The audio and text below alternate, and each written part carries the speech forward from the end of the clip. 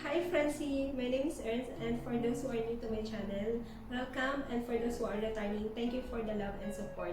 So for today's vlog, we'll be discussing, or I'll be discussing, rights of a Pakistani wife. Okay, I just want to state a disclaimer first that I'm not a professional lawyer, but my husband is, and I have consulted with him if this rights that I'll be discussing is still updated or not. So I have prepared 5. So, for number 1, your right to say no or yes kapag inas ka ng husband mo na mag-aasawa ulit siya. Kasi a Muslim man can marry up to 4. So, you have to check your rights. You have the right to say no kung ayaw mo. But, advice again, before you start into the next level of your relationship, for example, you're in a boyfriend-girlfriend relationship right now, you have to discuss these things. So, parang kung pagdating ng panahon, iniba niya yung usapan, you have the rights to say na bakit mo iniiba yung usapan. Though, we cannot, predict the future, but you have all the rights to give the permission.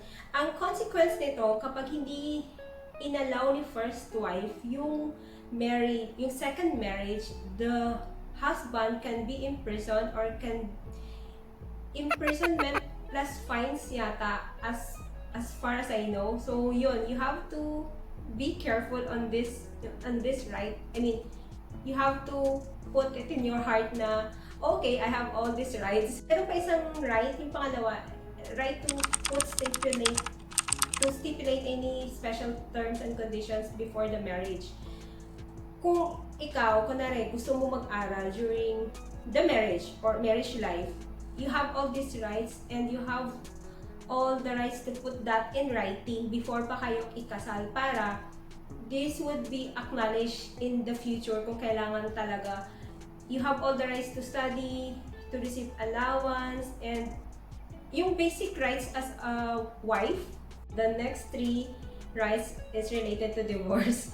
So, I'm not saying that you go get divorced kapag meron kayong problema ng husband mo, but I'm saying that you have all the rights to get the divorce.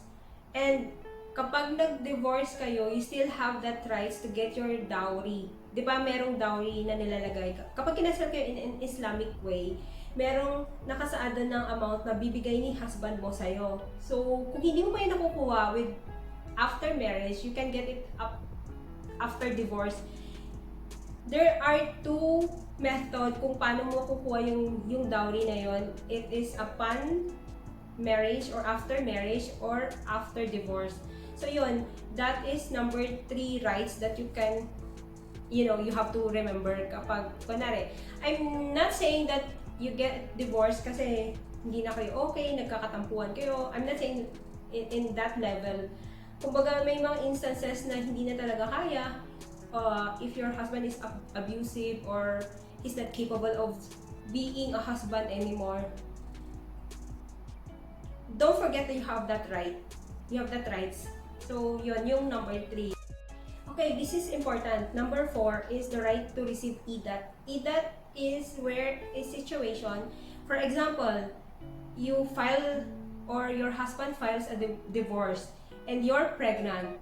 The husband needs to support you for 3 months or until you deliver the baby. So don't forget that rights that even if you get separated or you get divorced, you still have that rights to receive an allowance or support from your husband up to 3 months kung hindi ka buntis, and then 3 up to the delivery of the baby.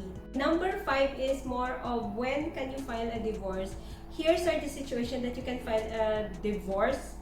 So for number 1, meron ako listahan dito. Number 1 is kapag yung husband mo daw is nowhere to be found, kumbaga nawawala siya, missing in action siya for 4 years. You have to remember 4 years. Kung hindi na siya nagsusupport sa'yo ng ganun katagal, you can file a divorce kasi you cannot wait for someone if you have all that rights, ha?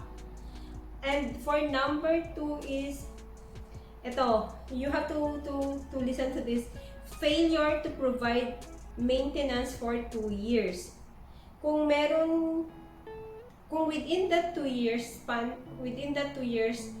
hindi na siya nagsusupport sa'yo financially, allowance, or emotionally, whatever kind of support, within 2 years then you have the rights to find a divorce, to file a divorce. So for number 3,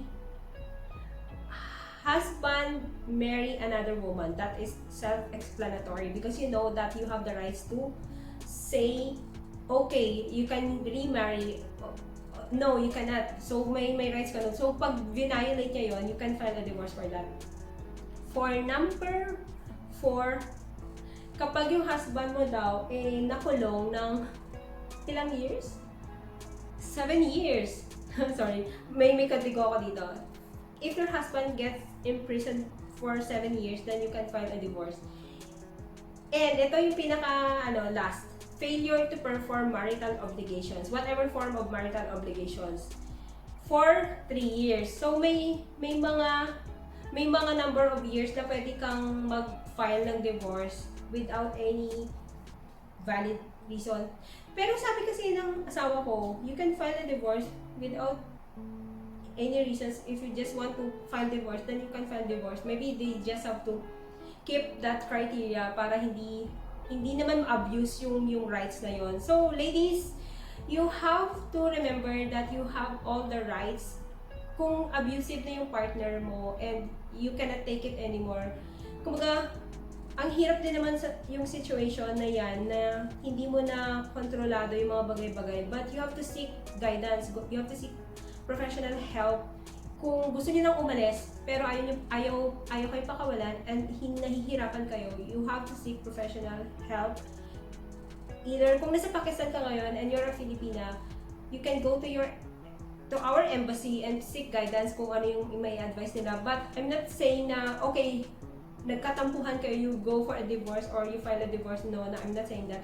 It's just that I've read a lot of stories na nagiging miserable na yung life but they still, keep the relationship or keep the marriage because they cannot go back to the Philippines and everything. But I think you can just ask help sa embassy natin or even sa embassy ng Pakistan if it's really not sustainable, especially kung there's abuse, physical and verbal abuse. So ayun, that's it for today and I hope you learned something. And if you're aware of these rights, please comment down below so the other ladies can